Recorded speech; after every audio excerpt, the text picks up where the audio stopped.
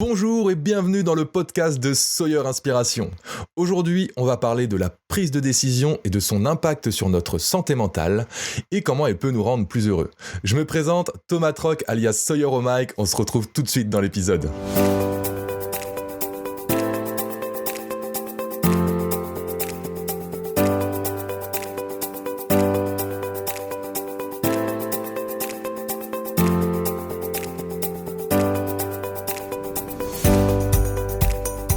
Aujourd'hui, parlons de la prise de décision et de son impact sur notre santé.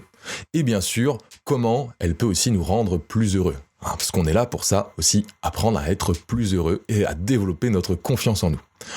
On admet tous que la prise de décision est un élément crucial de la réussite. Dans tous les domaines, dans tous les aspects de notre vie, que ce soit professionnel ou personnel. Prendre des décisions va nous permettre d'avancer, quoi qu'il arrive. Ça, on admet tous, on est tous d'accord avec ça. C'est le postulat de départ. Il arrive par contre que des fois, dans des situations compliquées, on va avoir du mal avoir vraiment un vrai défi, vraiment avoir une difficulté à prendre une décision. Voilà. C'est vraiment des fois, il y a des situations où on est confronté à un truc qui fait qu'on est complètement bloqué. Donc, c'est moi je dis dans l'impossibilité totale de prendre une décision, voire une des décisions, voire les deux, apporte de la douleur, voire de la grande difficulté à choisir. J'ai envie de vous poser une première question pour commencer dès le début, c'est vous êtes-vous déjà demandé pourquoi dans une telle situation ou dans telle situation, il m'est impossible de choisir ? Pourquoi à des moments, dans certaines parties de ma vie, c'est très difficile pour moi de prendre une décision ? Sachant qu'on a bien dit que la réussite, prendre des décisions, en faisait partie. Et on souhaite tous réussir notre vie, on souhaite tous avoir une vie plus intéressante, plus passionnante, plus palpitante, la vie qui nous ressemble, et on sait que ça va passer par la prise de décision. Alors la prise de décision, qu'est-ce qui fait que des fois c'est compliqué ? En PNL, ou tout simplement en psychologie, quand il y a une prise de décision qui est compliquée, en fait on parle de conflit de valeurs. Par exemple, si j'ai une valeur de liberté, mais une valeur de conformiste, ces deux valeurs peuvent me rendre la vie difficile. Parce que si je veux me conformer, mais à la fois je veux être libre, ces deux choses, on sent qu'ils nous tirent dans chaque côté. Et ça peut donner lieu à finalement un conflit de valeurs. Ça peut être aussi des peurs. Bon, souvent, qu'est-ce qui se cache derrière des peurs ? C'est des valeurs. Toute intention de façon de notre corps ou des émotions qu'on vit sont des intentions positives. Mais voilà, on va avoir souvent un conflit de valeurs, ou éventuellement une peur de passer à l'action pour X ou Y raison.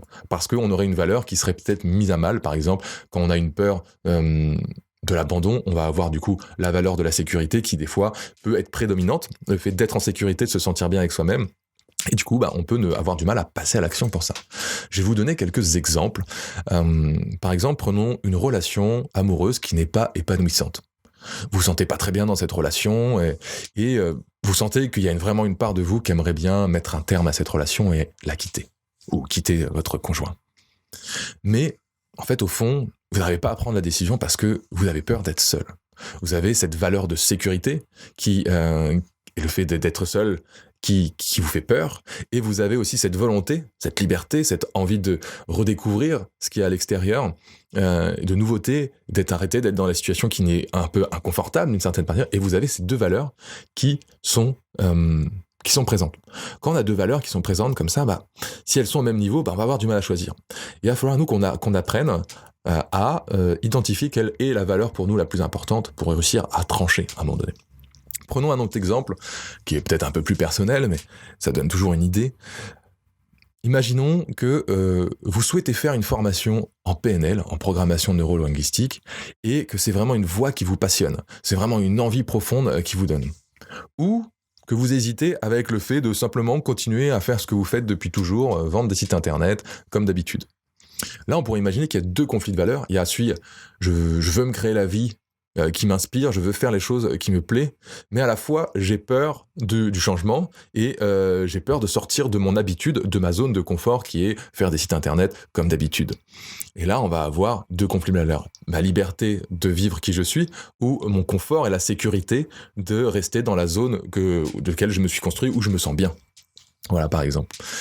Pour vous donner aussi encore parler d'une autre histoire qui, moi, m'arrive encore très souvent, et même tout le temps, je dirais en ce moment, j'ai un vrai conflit de valeurs le soir, quand on m'invite à une soirée ou quand je dois aller voir des amis. Quand c'est le soir, c'est surtout ça. J'ai associé dans mon esprit, c'est personnel ce que je vous raconte, j'ai associé la relation amoureuse, la relation sociale, le fait de rencontrer des amis le soir à l'alcool.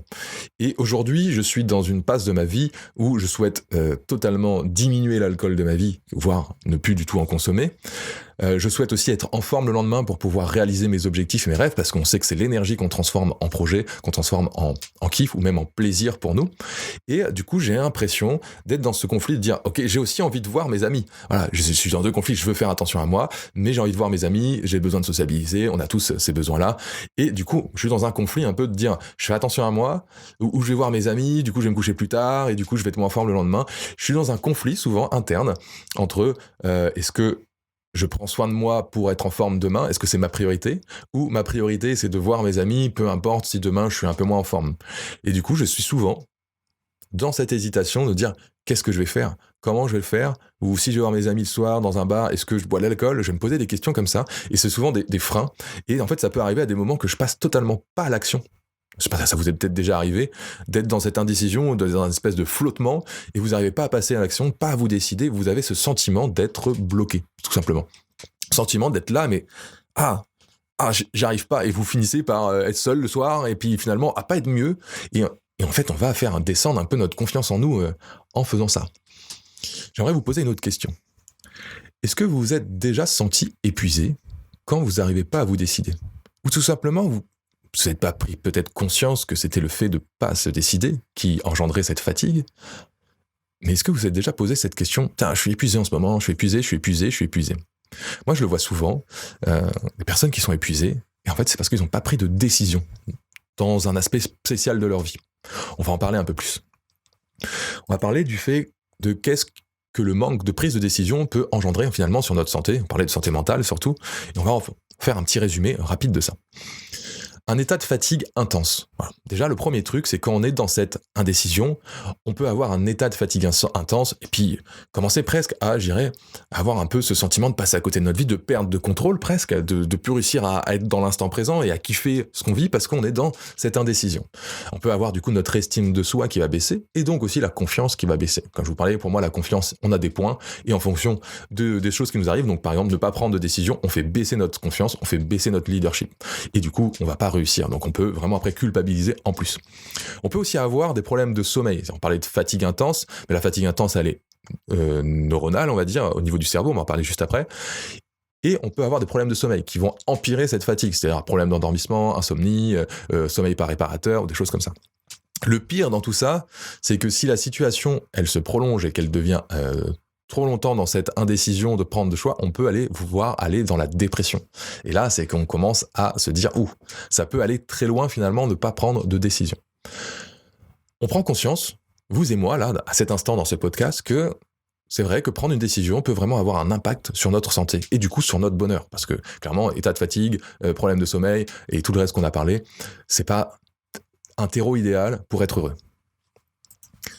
J'aimerais vous ajouter maintenant qu'on comprenne un peu le pourquoi ça arrive. Pourquoi ça nous crée un état de fatigue? Pourquoi ça crée toutes ces choses-là? Il faut d'abord reparler du cerveau. Vous savez, sur ce podcast, en règle générale, j'adore parler du cerveau, j'adore le comprendre parce que je pense que plus on le comprend, plus on comprend qui on est, plus on comprend nos fonctionnements, plus on comprend que nos actions, qu'est-ce qui se passe à l'intérieur de nous. Donc le cerveau, lui, il est conçu pour prendre des décisions et agir en conséquence. Ça, c'est le postulat de base. Prendre des décisions, agir en conséquence. Donc lorsque nous évitons, donc là je dis bien c'est nous évitons de prendre une décision, c'est nous consciemment, on n'arrive pas à choisir, alors, on peut ne pas arriver, mais en fait on évite de prendre la décision des fois. En fait on va créer une situation de conflit interne, c'est-à-dire que notre cerveau va être en conflit et il va se mettre en surcharge.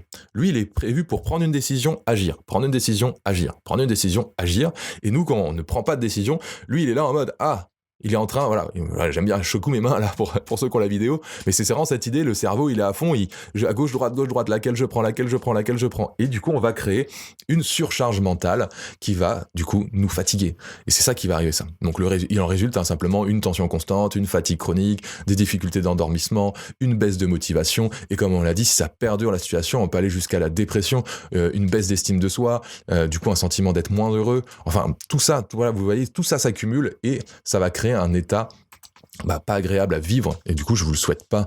Mais aujourd'hui, grâce à cet épisode, vous comprenez que c'est dû au fait de ne pas prendre de décision.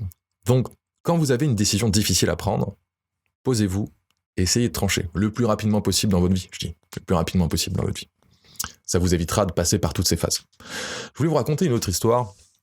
J'ai parlé dans l'épisode du burn-out, de la fermeture de ma société que j'avais, avec un salarié et tout, et pour vous raconter un peu cette histoire difficile, c'est que quand j'ai monté la société, il y a eu le confinement, il y a eu plein mal de choses, mais au-delà de ça, je pense qu'au bout d'1 an de ma société, je l'ai gardée 3 ans, j'avais déjà eu envie de la fermer, au fond de moi.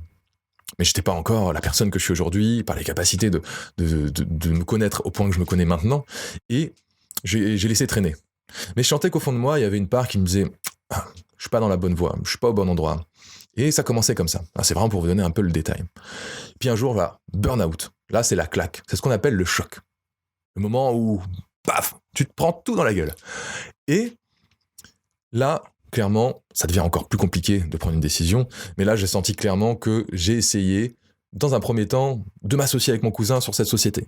De trouver, en fait, des solutions, de la négociation, des compromis pour réussir à m'en sortir, finalement, de ce système. Je voulais même, éventuellement, lui transférer ma société, parce que lui voulait aussi monter une agence de communication et tout.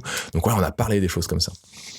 Et en fait, dans tout ce moment, jusqu'à la fermeture, j'ai été dans un véritable conflit de valeurs, mais presque dans ces 3 années, en fait, finalement, depuis la construction de cette société.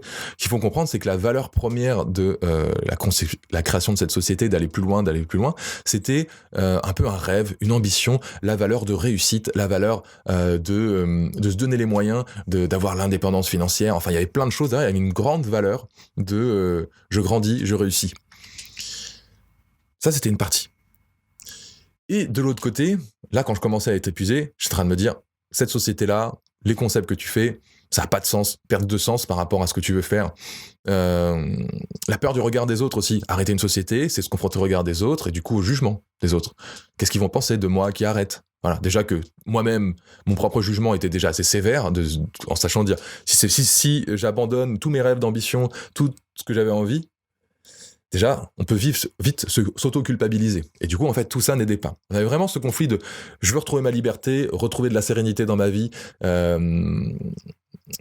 et être bien », ça c'était un peu le truc. Et en fait, les rêves derrière, c'était un peu comme si ma société est un peu mon truc de sécurité, alors que c'était pas du tout de la sécurité, ça m'apportait plutôt à cet instant-là émotionnellement beaucoup de choses négatives.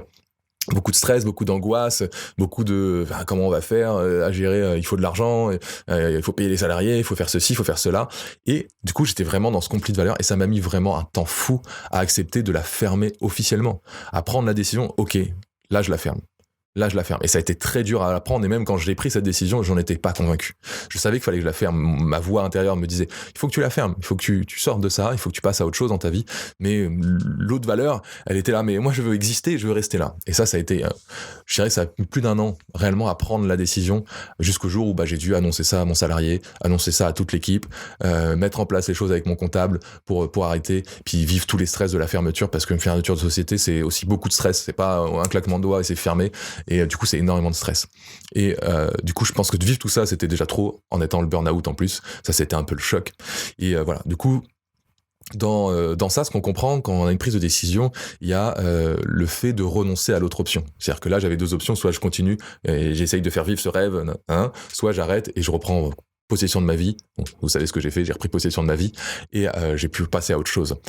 Et en fait, du coup, quand on fait un choix, en fait, on renonce forcément à une autre partie. C'est-à-dire que dans une décision, ce qu'il faut aussi que c'est plus difficile, en fonction de comment notre cerveau aussi a été forgé au fur et à mesure de nos expériences de vie, on va des fois avoir du mal à renoncer. Renoncer, c'est abandonner. Donc pour les gens qui ont des failles, des soucis d'abandon déjà dans leur vie, dans leur façon d'être, on parle de failles en psychologie, et ben ça peut être plus dur parce que s'il voit le fait qu'il renonce à cette partie-là, et ben ça peut rendre les choses encore plus délicates. Qu'est-ce que je voulais ajouter ? Le fait d'être dans cet état de choix, on a aussi la possibilité de la nouveauté. La nouveauté, s'il peut faire peur. Voilà. On sait qu'on a beaucoup de choses comme ça qui peuvent nous freiner et ne pas nous aider à avancer et à être épanouis. Mais aujourd'hui, déjà, avec tout ce qu'on a pu dire, vous avez pris conscience déjà d'une grande importance de tout ce qu'on peut faire. Donc, comme on dit, je redisais, c'est que prendre une décision, c'est renoncer à l'autre option, même si, au fond de nous, on nous l'a dit, ou je vous le dis là aussi maintenant, on aura toujours le choix de revenir sur notre décision et de passer à autre chose. Mais même en sachant ça, c'est quand même renoncer dans un premier temps dans une étape. C'est comme si vous avez deux chemins, il y en a un à gauche, un à droite, et là vous dites, j'ai envie de voir les deux. Lequel je vais, tu vois. Ou lequel est le mieux, par exemple. Ça peut être des fois des questions qu'on se pose. Voilà, faut en choisir un, tu le fais, tu le découvres. Et au pire, tu pourras toujours aller refaire l'autre à un autre moment. Mais ce sera plus tard, ce sera pas maintenant. Voilà. Dans la prise de décision, comme on a parlé de renoncer, quand je vous parlais de cette histoire avec cette société que j'ai fermée, on peut passer par les étapes du deuil. Donc renoncer, ça peut être une étape du deuil, c'est-à-dire que l'étape du deuil, c'est le choc, le déni, la colère, la tristesse, la négociation et l'acceptation. Pour vous reparler de cette histoire que je vous parlais du burn-out, le burn-out, ça a été le choc. Vraiment, ça c'est le choc où, ok, là, clairement, je suis choqué, je sais que là, il faut faire quelque chose. Le déni, ça a été avant, par exemple. Moi, j'étais plutôt dans le déni un peu avant ça va pas, mais j'occulte un peu ça, j'avance à fond dans les projets, j'y m'y mets plus, justement. Je m'y mets plus parce que je suis déjà dans le déni que ça va pas. La colère, ça a été à plusieurs moments. J'étais en colère quand je comprenais plus les choses, parce que mon cerveau n'avait plus la capacité, il était en surcharge, il y avait de la colère. Il y a eu de la tristesse, le fait de se dire, j'abandonne finalement un peu mes rêves dans cette société que j'avais posée, c'était un peu mon bébé, c'était mon premier truc. Il y a ça. Il y a eu la négociation, on en a parlé, la négociation, c'était le moment où j'ai essayé de voir avec mon cousin pour qu'il reprenne la société, ou pour tout simplement faire un transfert ou des choses comme ça. Et après, il y a eu l'acceptation de dire, bon, écoute, maintenant je suis seul et je dois prendre ma décision, et c'est vrai que je ferme cette société et j'en accepte les conséquences. Je ferme la société, j'en accepte les conséquences. Je suis responsable de ma vie, je reprends possession de ma vie et c'est moi qui choisis. Voilà. Et donc, du coup, on peut passer, pour des fois réussir des décisions difficiles dans nos vies, par ces phases de deuil. Ce sera plus ou moins long en fonction des personnes, mais je trouve que c'était intéressant déjà d'en faire un petit tour aujourd'hui. On fera un podcast totalement sur le deuil, je pense, sur le deuil en règle générale, qu'est-ce que c'est, hein, on parle pas que le deuil de décès ou de choses comme ça, mais la prise de décision peut amener ce moment de deuil.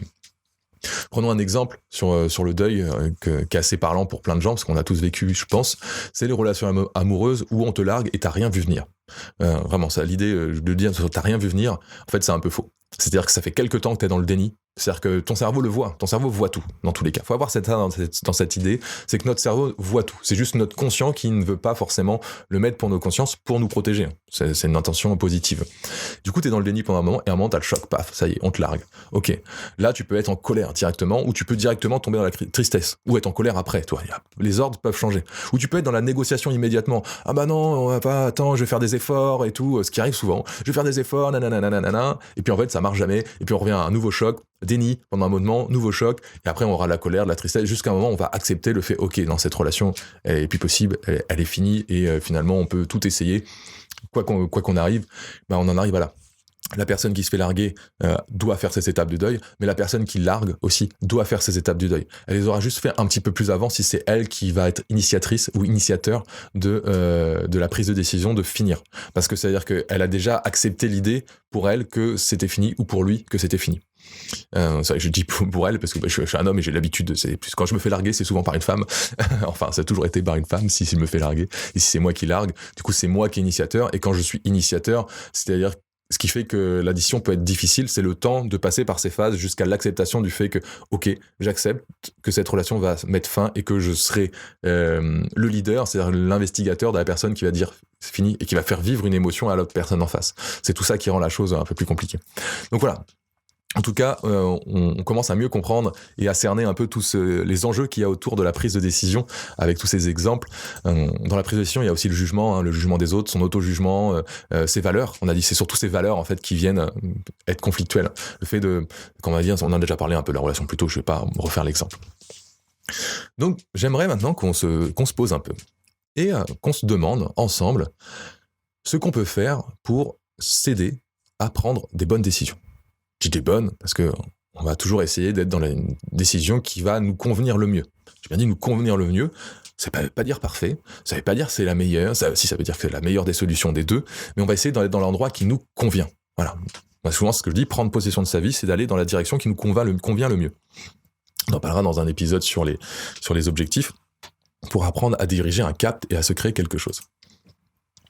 Donc je vous propose, quand vous êtes dans une situation où vous n'arrivez pas à prendre de décision et que c'est vraiment compliqué pour vous, de vous poser et de se poser des questions. On a parlé dans l'épisode 3 que le cerveau fonctionnait par un système de questions-réponses et on va l'utiliser à notre avantage. Voilà. Moi, ce que je dis, c'est apprendre à se connaître, c'est pouvoir utiliser tous nos mécanismes internes à son avantage. J'en parlerai tout le temps dans cette chaîne, ce que j'essaye d'utiliser personnellement, la capacité naturelle de mon cerveau à faire des choses pour aller dans la direction que je souhaite. C'est moi qui choisis où on va. Des fois, il me fait un peu dévier forcément, mais en gardant ces petites logiques, j'avance toujours mieux. Donc on va se poser des questions. Je vais prendre mes solutions qui sont en face. Voilà, ma décision A, décision B, X et Y. Et je vais déjà commencer à me poser une question. Qu'est-ce qui est plus important pour moi ? X ou Y ? A ou B ? Qu'est-ce qui est le plus important pour moi ? On se pose vraiment cette question. Prenez le temps de se dire qu'est-ce qui est le plus important pour moi ? Première réponse. Pour avoir une autre question qui est quelle solution va dans la direction que je souhaite dans ma vie ? Est-ce que la solution A me rapproche de mes rêves, de mes ambitions, de mes envies, de la vie idéale que j'ai, de mon cap ? Ou est-ce que c'est la solution B ? On peut se poser une question, qu'est-ce qui est bon pour moi ? C'est important. Ce n'est pas du tout être égoïste que de se poser ces questions, c'est justement pour s'aider à dire, ok, ça c'est important pour moi, ça c'est une priorité pour moi. Et quand on dit ça, qu'est-ce qui est bon pour moi ? On va se poser pour aujourd'hui et pour demain. On va toujours essayer de futuriser, de s'imaginer notre décision un peu plus tard. Parce que des fois, on a du mal aussi à prendre une décision parce que peut-être dans l'instant, maintenant, ça va être douloureux, ça va être difficile à vivre. Mais par contre, dans X semaines, X jours, X mois, on va peut-être pouvoir revenir dans l'excellence où on a envie d'aller. C'est pour ça que je dis toujours, qu'est-ce qui est bon pour moi maintenant, dans cette décision ? Ok, et qu'est-ce qui est bon pour moi plus tard ? On peut se demander aussi quelle valeur est prioritaire pour moi. Je vous parlais de ça, c'est-à-dire est-ce que c'est mon besoin de sécurité ou c'est le fait de rester dans ma zone de confort aujourd'hui ? Qu'est-ce qui est prioritaire pour moi ? Alors là, c'est un petit peu un niveau un peu plus méta, un peu plus compliqué quand on le fait seul et qu'on n'a pas l'habitude de s'auto-évaluer au niveau de ses valeurs. Et c'est toujours plus difficile de le faire seul. Quelles sont mes valeurs en conflit ? On peut se poser aussi cette question. Si on reprend l'histoire du couple que je vous ai parlé, on pourrait éventuellement imaginer que la personne a un fort besoin de liberté, d'autonomie et d'indépendance, et en même temps un fort besoin de sécurité, d'être assuré et de zone de confort, qui fait qu'il pourrait avoir du mal à dire, bon voilà, le couple, c'est un peu la fin de son couple, ça il en a conscience, il peut être dans le déni, comme on a dit, tout ça, mais ces deux conflits sont en conflit, ces deux valeurs sont en conflit, justement, l'inverse, et on pourrait avoir du coup le fait, je veux revenir indépendant, mais en fait j'ai peur. La peur, en fait, c'est la valeur de sécurité qu'il y a derrière, et elle s'exprime par la peur, voilà, et ce qui nous empêche d'agir. Donc voilà, par exemple, on pourrait reprendre aussi l'exemple de ma société, il y avait mon bonheur et ma santé, simplement c'était bonheur et santé, mais c'était même santé avant tout, ou fermer ma société. Et là, du coup, il y avait le conflit des rêves, de toutes ces choses, et ça c'était compliqué. Voilà. Donc c'est toujours essayer d'identifier qu'est-ce qui se passe au fond de nous. Mettez les mots qui vous sont propres, même si vous n'êtes pas sur les valeurs dites dans la psychologie, mettez les mots qui vous sont propres et essayez de voir ce qui vous bloque. Ça vous permettra des fois de faire un petit tableau de bord, entre guillemets, de se dire, ok, ça me bloque, ça me gêne, j'ai peur de ça, je prends conscience, en fait, j'arrête d'être dans le déni, je deviens lucide de ce que je ressens et j'accepte, entre guillemets, au moins je l'écris, je le dis, je me sens mal là, à essayer de prendre ces décisions. Je me sens pas bien à dire ça. Et déjà, rien que ça, vous allez abaisser une certaine tension dans votre cerveau. Aussi, une autre question qui peut être intéressante. Là, j'aime pas trop tourner les questions négatives, je vous en parlerai tout à l'heure, mais ça, on peut quand même se dire, qu'est-ce que je veux surtout pas perdre ? C'est-à-dire, quand vous êtes dans une situation difficile, souvent, que vous n'avez pas réussi à faire choix A et choix B, c'est de se dire, qu'est-ce que je veux surtout pas perdre ? Et ça peut nous aider à identifier aussi nos valeurs, par exemple, dans cette relation, si on reprend qui est difficile, qu'est-ce que je veux surtout pas perdre ? Mon sentiment de sécurité, le fait que je rentre, que j'ai pas à poser une question, que j'ai pas à rechercher une nouvelle personne, à reprendre connaissance, ainsi de suite. On peut avoir plein de questions et comprendre que dire, ok, en fait, c'est vrai qu'aujourd'hui, ce que je veux surtout pas perdre, c'est ça. Par contre, qu'est-ce qui est bon pour moi ? Ça va sûrement avoir l'inverse. L'idée de cette question, qu'est-ce que je veux surtout pas perdre ? peut plutôt nous amener à comprendre là où on a la valeur qui nous empêche le plus d'avancer. C'est-à-dire que souvent, ce que je veux surtout pas perdre dans une relation, c'est mon confort que j'ai là maintenant, ma zone de confort. Et du coup, se rendre compte de ça, ok, ça, je veux surtout pas perdre, mais c'est pas là-dedans que je dois aller. Qu'est-ce qui est bon pour moi ? C'est peut-être revenir célibataire, enfin reprendre possession de sa vie, découvrir une nouvelle chose, aller vers l'avant. On le sait souvent que c'est ça qui nous va bien, mais on a cette besoin de sécurité qui est difficile. Et ça va nous aider à l'identifier. Il y a aussi un autre exercice que je vous propose de faire à chaque fois. On en a un petit peu parlé, mais c'est imaginez-vous maintenant, plusieurs mois après avoir pris votre décision. C'est-à-dire que voilà, vous choisissez l'option A. Vous pouvez faire avec les deux au pire pour vous. Avec les deux au pire, non, même au mieux. Si vous êtes vraiment en difficulté, vous pouvez utiliser cet exercice avec les deux pour voir ce qui se passe. C'est imaginez-vous avoir pris cette décision maintenant. Ok, vous mettez ça, vous fermez les yeux.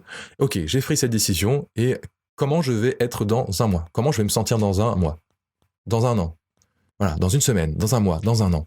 On essaye de se projeter plus loin et ça nous permet d'essayer de sortir un peu du conflit qui est là maintenant et de se dire, ah ok, cette situation-là, en fait, dans X semaines, je vais être beaucoup mieux. Et peut-être que en testant avec la B, vous allez rendre compte que c'est la A la plus positive pour vous, grâce à cette projection dans le futur. On appelle ça une futurisation quand on fait de la PNL. Et je trouve que cet outil, il est ultra efficace pour s'aider à regarder. Souvent, ce qui nous empêche aussi d'agir, c'est le fait que maintenant, on va sentir de la douleur. Après, je pense personnellement, c'est quelque chose, c'est qu'il n'y a pas de vie heureuse sans douleur, il n'y a pas de vie sans souffrance. Le progrès fait partie, avancer, c'est forcément faire une phase de souffrance. Je prends l'exemple pour ceux qui ont peut-être déjà faites des étirements. Voilà, essayez de faire des étirements. Faire un étirement, c'est se mettre dans une position de tension de tendons, de ta chaîne, qui n'est pas forcément confortable. Voilà. On ne va pas parler toujours de souffrance, mais c'est un moment qui n'est pas confortable. Et cet inconfort va créer de la souplesse. Vous voyez cette petite notion ? Ça, je trouvais que c'était intéressant de vous le dire maintenant. C'est accepter que je dois vivre de l'inconfort pour aller dans la direction que je souhaite. Je dois vivre de l'inconfort pour être mieux. Je dois sentir mon corps un peu douloureux pour améliorer mes capacités physiques. Quand vous faites un exercice sportif, vous allez courir, vous allez forcément vous mettre un moment dans une zone d'inconfort, et c'est cet inconfort qui va créer le progrès. Et souvent, c'est ça qu'on oublie, j'en ai parlé dans Le cerveau, quelle question, que le cerveau, lui, veut toujours aller vers le plaisir et éviter la douleur. Du coup, nous, on veut comprendre ce principe-là, et on veut aussi comprendre que c'est par cette phase d'inconfort qu'on va pouvoir évoluer. Voilà. C'était un petit tip que je voulais vous ajouter en plus. L'idée aussi, c'est toujours plutôt se poser des questions plutôt positives, tournées positives, affirmatives, et qui va plutôt donner une idée, porter l'intention sur les avantages. On a tendance dans notre société depuis longtemps à fixer sur ce qui ne va pas. Et moi, ce que je vous propose, c'est plutôt d'essayer d'aller dans ce qui va aller. C'est-à-dire que, ok, si je choisis cette solution, qu'est-ce qui va être bien pour moi ? Ok, d'accord. Et c'est toutes les questions qu'on a vues. Voilà, plutôt tourner positif. Je veux dire, le seul moment de l'intérêt de la tournée négative pour moi, c'est de se dire, voilà, qu'est-ce que je veux surtout pas perdre pour essayer d'identifier quel est le truc qui m'embête le plus, quel est le truc qui me gêne le plus pour avancer. On a aussi un grand classique que je propose, qui peut être aussi intéressant comme exercice, c'est de faire ce classique tableau des pour et des contre, mais on va l'optimiser un peu grâce à toutes les questions qu'on s'est posées plus haut. Vous prenez ces pour et ces contre et vous allez écrire, parce que le fait d'écrire, ça va faire travailler encore le système neuronal encore un peu mieux, et ça va vous aider à trancher. De voir aussi, par exemple, que là, il y a beaucoup de pour, et là, il y a beaucoup de négatifs, vous allez pouvoir visuellement se dire, au lieu d'être dans vos boucles internes, parce que souvent ça, après, on tourne en rond, et là, on veut utiliser des outils qui vont nous permettre d'avancer, d'arrêter de tourner en rond dans nos idées, et du coup, on peut poser ça sur le papier avec les pour et les contre, mais en se posant les questions qu'on a évoquées. On a un truc. Là, c'est plus pas une idée, mais ou une croyance, c'est pas vraiment ça. Enfin, je vais vous le dire, ce sera plus simple. Et c'est vous qui définirez comment ça résonne chez vous. C'est vous avez le droit à l'erreur. On a le droit à l'erreur. Justement, ce que je répéterai toujours, c'est que l'échec et l'erreur est le chemin. Et le chemin de la réussite de votre vie. On a dit qu'il fallait passer par une zone d'inconfort pour avoir ce qu'on veut. En sport, voilà, tu t'étires, c'est pas agréable pendant quelques secondes, et puis après, tu viens de plus en plus souple chaque jour. La vie, c'est pareil. On nous a tellement inculqué que l'échec, c'était mal, que l'erreur, c'était pas bien, alors que l'erreur et l'échec, ce n'est que un essai, c'est que j'avance. L'erreur et l'échec, c'est le chemin de votre réussite. C'est-à-dire que plus vous faites d'erreurs, plus vous êtes en train d'avancer. Et ça, je trouve ça juste magique. Et c'est comme ça que vous avez appris à marcher, vous êtes tombé. Et aujourd'hui, vous marchez et vous tombez plus. Si ça peut arriver une fois de temps en temps, on se met les pieds dans un truc. Mais est-ce que ça remet en cause à chaque fois que vous tapez un truc que vous savez plus marcher ? Bah non. Vous avez confiance en vous, vous savez marcher. Voilà, vous avez confiance là. Vous avez une confiance spécifique sur le fait de savoir marcher. Voilà, c'est exactement ça. Et vous êtes passé par quoi? Par l'échec, l'erreur, tomber, avancer. Voilà. Donc, on accepte, on se rentre ça dans la tête, on a le droit à l'erreur, parce que l'erreur est le chemin et l'erreur est la clé du succès. On ajoute un peu en plus un truc, c'est que si la décision que vous avez choisie ne vous plaît pas, et ben en fait, vous pourrez toujours réajuster. Voire totalement la rechanger, tester l'autre, parce que vous avez commencé une voie, puis même si ça a pris un an, on s'en fiche. Ça a avancé, vous avez grandi, vous avez appris, vous avez rencontré des gens, vous avez évolué, vous avez appris à vous connaître, et tout ça va faire de vous une meilleure personne pour avancer, et le fait de vous connaître, vous allez pouvoir développer finalement votre confiance en soi, se respecter et s'affirmer. C'est cette idée-là. On parlait de la pyramide dans l'épisode de la confiance en soi, la pyramide de la confiance en soi, qui est un outil que je fais faire énormément évoluer au cours des prochains mois. Mais c'est ça, l'idée de prendre ces décisions va nous aider à développer notre confiance, notre estime de soi, parce que prendre une décision, c'est aussi se respecter à un moment donné. C'est si je choisis ce qui est bon pour moi, c'est-à-dire que je prends conscience que c'est important de prendre une décision pour moi, et du coup, je commence à me respecter. En fait, je commence à reconnaître que j'ai de l'importance et que je peux choisir pour aller dans les directions. On fera un épisode sur la reconnaissance bientôt, sur notre besoin de reconnaissance naturelle. Il reste quand même quelque chose. Si ça devient totalement handicapant et que vous sentez que vous n'arrivez pas à vous poser les questions tout seul, vous continuez à tourner en boucle, clairement, il y a un outil extraordinaire, c'est vous faire accompagner pour vous aider à débloquer la situation. Je ne parle pas d'une psychothérapie hyper longue et toutes ces choses-là. Je parle simplement de vous faire accompagner par un coach en PNL, un praticien PNL, un hypnothérapeute. Il y a plein d'autres solutions que je n'ai pas toutes en tête. Moi, c'est ce que je pratique, surtout la PNL et l'hypnose. Je trouve que c'est des outils qui sont extraordinaires, qui nous permettent de s'adresser très rapidement à l'inconscient et du coup de débloquer très vite les solutions. Et voilà, ça vous permettra de découvrir vos valeurs, vos besoins identitaires et du coup de pouvoir mieux vous aiguiller dans votre vie si vous n'avez pas l'habitude de vous connaître, et il suffit de quelques séances. C'est ça aussi l'intérêt. Voilà, ça vous aidera toujours à trouver une issue favorable à vos manques de prise de décision et à vous découvrir finalement vous davantage. Et avec ce qui est juste trop bien, c'est que juste quelques séances suffiront à vous débloquer et à aller plus loin. Donc maintenant qu'on sait tout ça, si dans un futur dans votre vie, ou maintenant d'ailleurs, vous vous sentez épuisé, je vais vous posez-vous cette question. Est-ce que, dans ma vie, je ne serais pas en train de fuir une décision? Voilà, posez-vous cette question. Est-ce que dans ma vie, je ne serais pas en train de fuir une décision? Est-ce que je ne serais pas en train de douter sur un choix que je dois prendre? Est-ce que je vais vers A ou est-ce que je vais vers B? Regardez ça, parce qu'en sachant ça, aujourd'hui, vous pourrez vous dire, ok, là, je me sens fatigué, mais c'est vrai que en fait, j'ai pas encore pris cette décision sur ce truc qui me tient à cœur. Et là, vous allez pouvoir vous y atteler à prendre cette décision là-dedans, et en fait, vous allez réparer tous les problèmes de fatigue et tout. Ça n'a rien, entre guillemets, d'aller voir le médecin. Les problèmes sont juste liés. Je ne sais plus si je l'ai dit, mais pour moi, c'est d'abord un problème mental qui va atteindre le physique par le fait d'être fatigué, de peut-être même avoir des douleurs articulaires, d'avoir mal aux genoux, des choses comme ça. Donc voilà, donc maintenant que vous savez ça, ok, si vous vous sentez fatigué, un peu dépressif, un peu machin, mais que vous voyez qu'il y a dans votre vie, il y a une décision importante où vous hésitez, vous êtes totalement dans un doute, un flou, même si c'est pas toujours conscient, l'idée c'est de le remettre à la conscience. Si vous êtes là-dedans, le médecin ne sert à rien, il suffit juste de travailler sur cette décision, de la prendre, et le jour où vous l'aurez pris, tous les maux vont disparaître totalement. On en parlera un peu aussi du psychosomatisme et ce qui peut arriver sur le corps quand on prend pas de décision, pas que les décisions, mais voilà, en fonction de notre état interne, qu'est-ce qui peut arriver sur notre corps. Je voulais vous raconter une petite dernière histoire pour finir. Voilà, je voulais faire un épisode de podcast moins long, mais je crois que je suis incapable, malheureusement. Voilà, vous avez beaucoup plus d'histoires. J'ai accompagné des entrepreneurs pendant un moment dans ma vie. J'en accompagne encore, mais on va dire à titre... Voilà, si vous échangez, vous êtes entrepreneur, vous voulez avoir des infos. Voilà, moi je travaille maintenant beaucoup en coach PNL pour aider les entrepreneurs aussi à se débloquer leurs problèmes. Je trouve que le voyage de l'entrepreneuriat est un voyage avec soi-même, à la découverte de soi, parce que tous les blocages que tu auras dans ton entreprise, dans ton projet, sont tes blocages personnels, quand tu es tout seul, bien entendu. Mais c'est pareil pour quand tu es manager ou autre, tes blocages personnels vont influencer ton travail. Donc, j'accompagnais des entrepreneurs, et j'accompagnais une cliente qui était en conflit de valeurs, pour faire simple, qui était en train de se poser la question. Elle avait pu rentrer, donc elle était sortie des études, elle avait travaillé, tout ça, et elle avait pu rentrer dans un master en psychologie, et qu'elle qu'elle attendait tout particulièrement. Elle voulait vraiment... Elle avait finalement en fait un conflit de valeurs entre son besoin de diplôme, son besoin d'expérience et du coup d'appartenance j'ai un diplôme, ok, c'est la réalité. Du coup, les gens vont pouvoir me reconnaître par rapport à fait que je suis diplômé d'un master en psychologie. Elle était déjà praticienne en PNL, hein.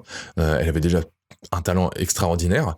Et son besoin, voilà, de reconnaissance par le fait d'obtenir un diplôme, on va dire, d'état, comme un master, se dire, voilà, moi au moins, comme ça, quand je dis quelque chose, je vais pouvoir le poser et dire ça. Il y avait ce besoin de reconnaissance, parce que c'est des fois difficile, peu importe qu'on pratique de la PNL, on est tous des êtres humains, on peut avoir... à des moments, c'est conflit de valeurs. Et de l'autre côté, elle avait son besoin d'indépendance, d'avancer dans la vie qu'elle veut, comme elle l'entend. Parce que le master, on sait souvent, hein, pour ceux qui ont fait, c'est que tu vas faire énormément de devoirs, d'exercices, d'examens, qui sont un peu... pour ma part, totalement inutile, parce qu'on te met pas du tout dans une truc qui est proactif et qui va amener vraiment du succès. On te met on te fait bouffer plein de choses à faire. Et le fait de rester aussi sur sa chaise, mais en fait, elle en avait un peu marre de ça. Elle avait son besoin d'indépendance qui était là. Je vais être indépendant, je vais faire ma vie, je vais faire mon truc à ma sauce, j'ai besoin de ça. Et en fait, elle était en conflit de valeurs là-dedans. Et du coup, pour elle, c'était très difficile de prendre un choix. Et du coup, à un moment donné, je lui ai dit, est-ce qu'en ce moment, tu te sentirais pas fatigué? Elle me fait, ah si, en ce moment, je suis fatigué et tout, je comprends pas, je me sens presque un peu dépressive et tout. Et voilà. Et là, on a mis en lumière ensemble qu'il y avait un conflit interne de ça. Et ce que je disais, quand on ne prend pas de décision, on va créer finalement de la maladie mentale, c'est-à-dire de la fatigue chronique, de ne pas être en forme, voire de la dépression. Donc voilà, je vous ai ajouté cette petite information-là en plus pour une petite dernière histoire, parce que c'est toujours mieux d'avoir du concret. Donc voilà, je vous remercie en tout cas de m'avoir écouté. J'espère que cet épisode vous a apporté plusieurs clés sur la prise de décision et au moins que ça vous a aidé à prendre conscience de détails qui pourront vous aider dans votre vie. En tout cas, comme d'habitude, pour ne manquer aucun épisode, abonnez-vous à la chaîne, abonnez-vous au podcast. Il vous reste un truc, comme d'hab. On a dit toujours, c'est l'action qui fait des résultats. Donc si vous avez trouvé de la valeur, si vous avez appris des choses, mettez mettez en application les clés, les concepts qu'on a vus aujourd'hui. Voilà, il n'y a que comme ça que vous aurez un véritable changement. Et puis vous pourrez toujours, si ça ne vous convient pas, revenir à vos anciennes habitudes. Comme d'habitude, si vous avez apprécié l'épisode et qui vous a apporté de la valeur et que vous sentez que ça fait du bien, devenez un leader proactif et partagez-le à quelqu'un de votre entourage, à quelqu'un qui en a besoin, parce que vous allez être l'investigateur, la personne qui va aider quelqu'un à changer, et je trouve que tout le monde mérite d'évoluer. Si vous voulez me laisser un feedback, un retour sur le podcast, ou même me poser des questions, aller plus loin, vous pouvez aller directement sur mon site internet sur sawyerinspiration.fr dans la rubrique podcast, et vous pourrez plus bas avoir un formulaire de contact pour me contacter. Je me ferai un plaisir de vous répondre et d'échanger avec vous. Donc voilà, je vous souhaite une super belle journée. C'était Sawyer. Alors, on se revoit bientôt dans un prochain épisode. Ciao!